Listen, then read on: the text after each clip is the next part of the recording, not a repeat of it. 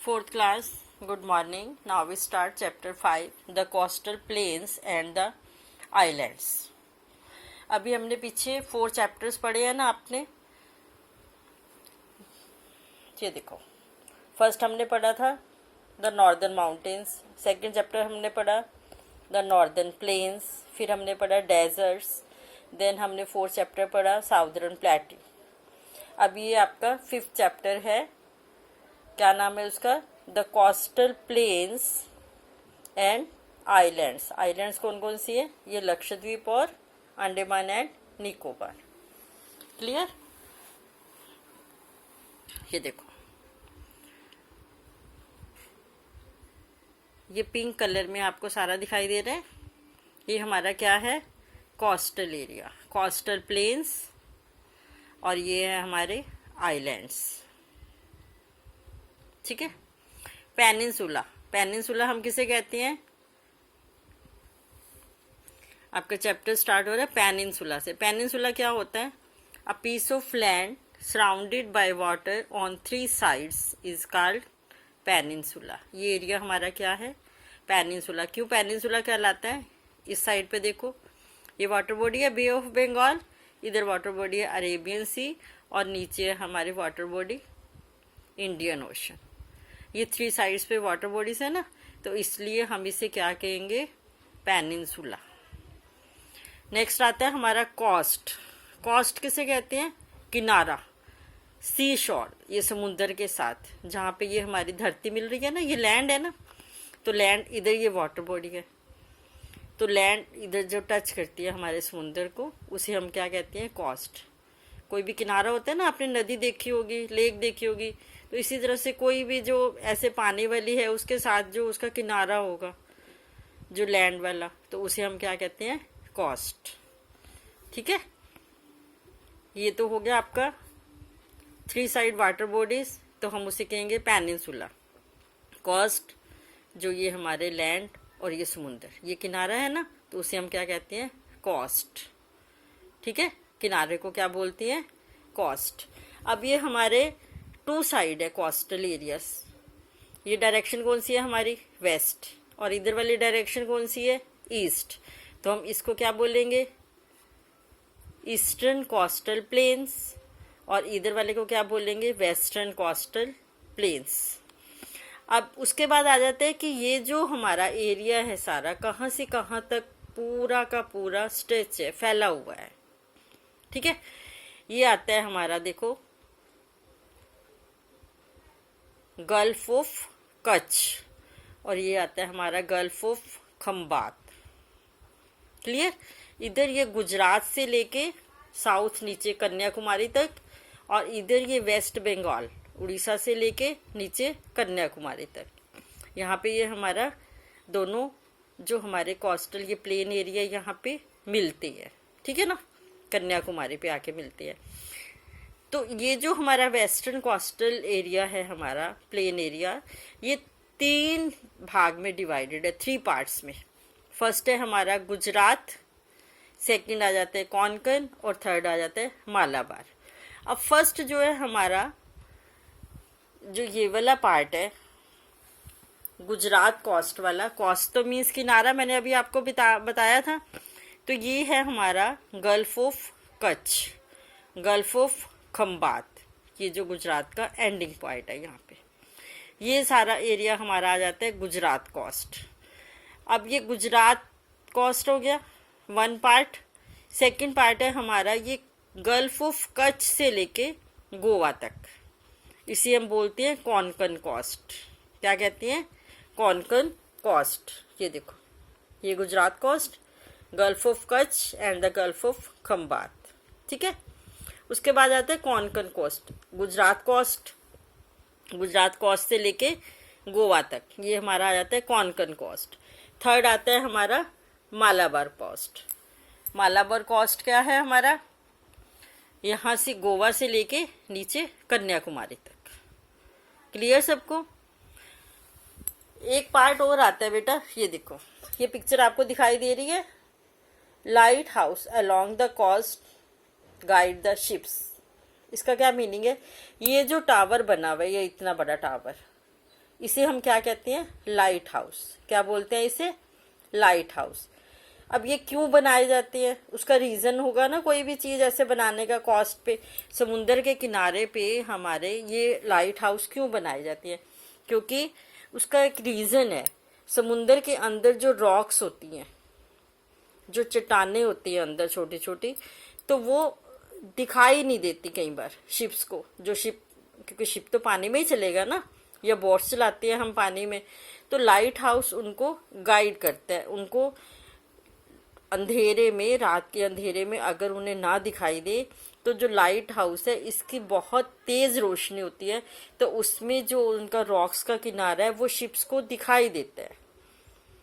ठीक है ना, जो सेल कर रहा होता है, शिप चला रहा होता है, तो उन्हें वो रॉक के किनारे दिखाई देते हैं, वो टर्न कर लेते हैं। अगर इस तरह से अगर ये लाइट हाउस ना हो और फिर शिप अगर उससे टकरा जाएगा रॉक से, तो वो डिस्ट्रॉय हो जाएगा, नुकसान हो जाएगा।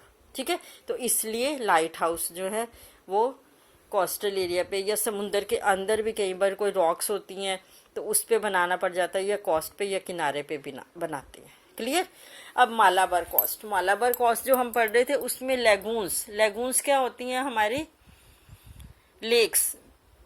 जैसे हम किसी भी रिवर से कोई भी पानी हमने किसी अलग प्लेस तक पहुंचाना होता है तो हम लेक्स बनाते हैं ना, तो लेगून्स होती है नेचुरल लेक्स। समुद्र का पानी तो आपको पता है साल्टी होता है, साल्ट वाटर लेक्स, जो कैसे सेपरेट होती है, separated from the sea by an area of rock और द सैंड बार्स। या तो बहुत ज़्यादा रेत की ढेरी बन जाती है जैसे बीच में, तो उससे जो समुद्र का पानी है अलग हो के अलग बहने लग जाता है, या कोई रॉक आ जाती है रास्ते में, उसके कारण से अलग बहने लग जाता है, तो इट मीन्स कि वो एक छोटी सी लेक बन जाती है ना, छोटी सी नदी टाइप बन जाती है, तो वो होती हैं लेगून्स। उसके बाद आ जाता है कि क्लाइमेट, क्लाइमेट कैसी होती है। आपको पता है कि जितने भी कोस्टल एरियाज होते हैं, हमने यहाँ पे पढ़ा है ईस्टर्न कोस्टल प्लेन और वेस्टर्न कोस्टल प्लेन। कोई भी कोस्टल एरिया, कोई भी समुद्र का किनारा जो होगा हमारा, वहाँ पे हमारी क्लाइमेट कैसी रहती है, हॉट एंड ह्यूमिड। मॉइस्चर रहता है ना, क्योंकि पानी है, तो वहाँ की क्लाइमेट हमेशा ऑलमोस्ट मैक्सिमम टाइम वो माइल्ड ही रहती है, हॉट एंड ह्यूमिड। ठीक है। रेन जो होती है हमारी, हैवी रेन होती है समर मॉनसून में, जब हमारा रेनी सीजन होता है ना समर का, तो उसमें बहुत ज़्यादा बारिश होती है।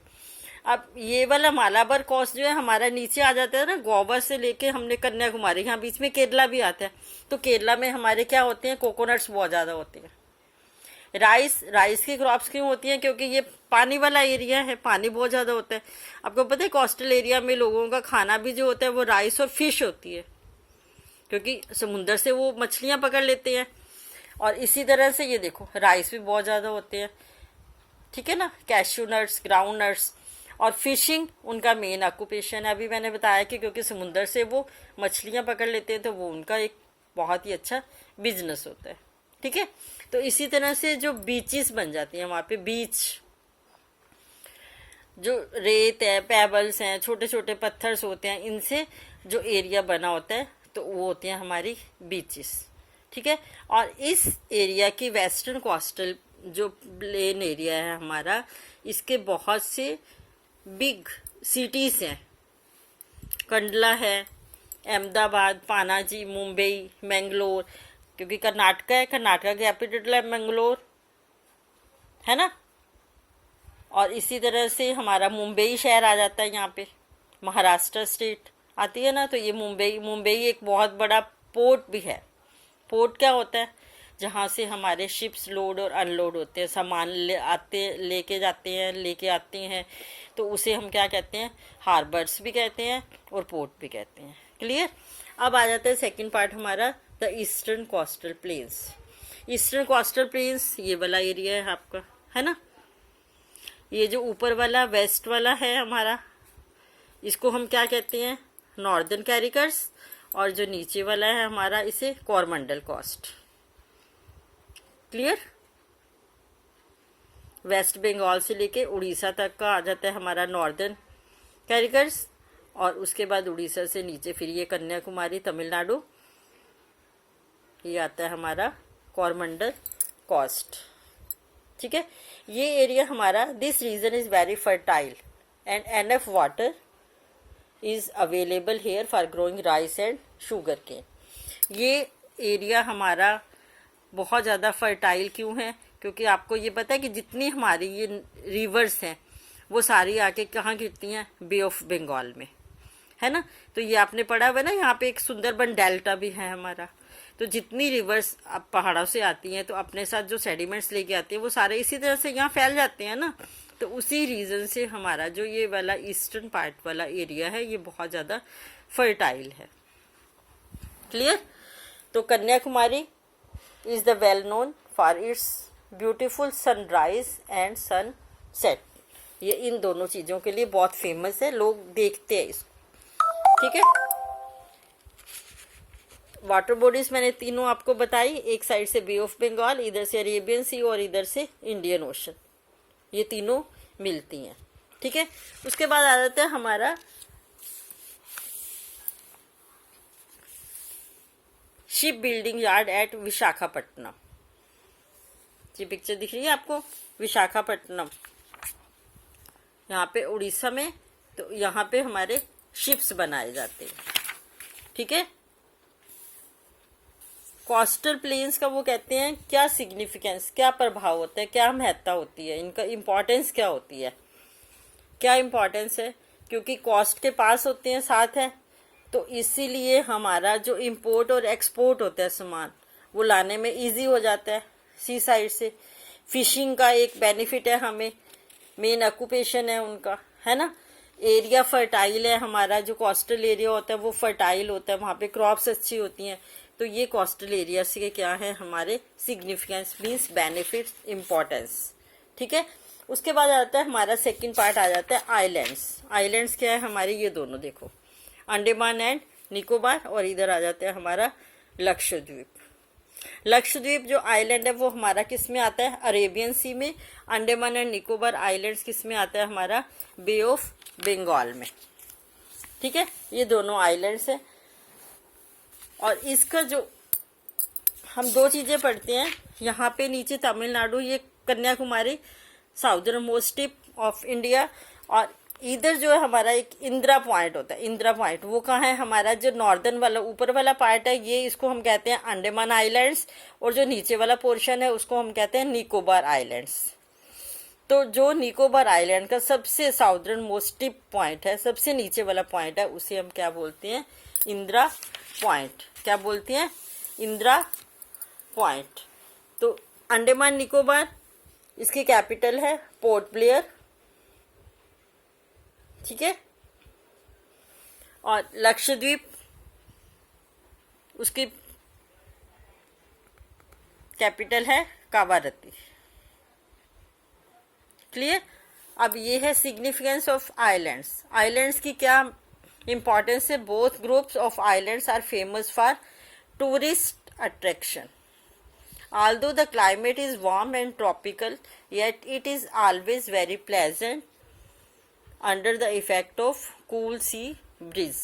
लेकिन वो कहते हैं कि हालांकि वार्म और ट्रॉपिकल है होने के बावजूद भी यहाँ की जो क्लाइमेट है वो प्लेजेंट रहती है, बहुत ही सुहावना रहता है मौसम।